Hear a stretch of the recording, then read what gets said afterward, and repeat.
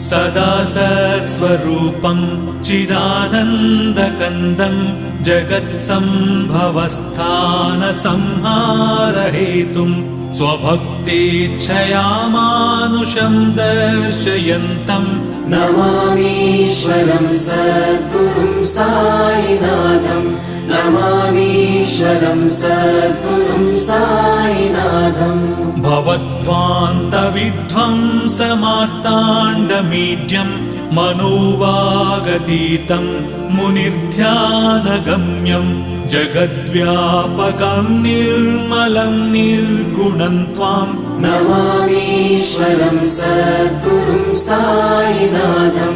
नमामीश्वरं सद्गुरुं साईनाथम् भवाम्बोधिमग्नार्दितानां जनानां स्वपादाश्रितानां